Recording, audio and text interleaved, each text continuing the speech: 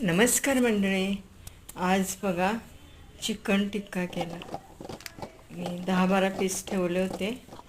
त्याच्यामध्ये मी सविस्तर व्हिडिओ तुम्हाला मी मोठा देणार आहे माझ्या चॅनलवर.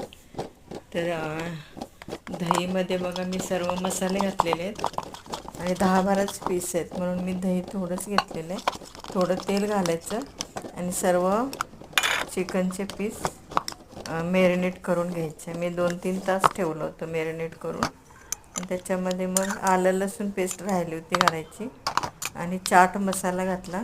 थोडासा कलर घालून मी ओव्हनमध्ये ठेवलेलं आहे.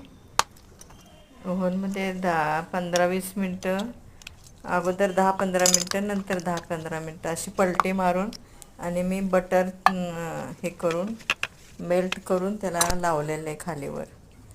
कशी वाटली तुम्हाला रेसिपी?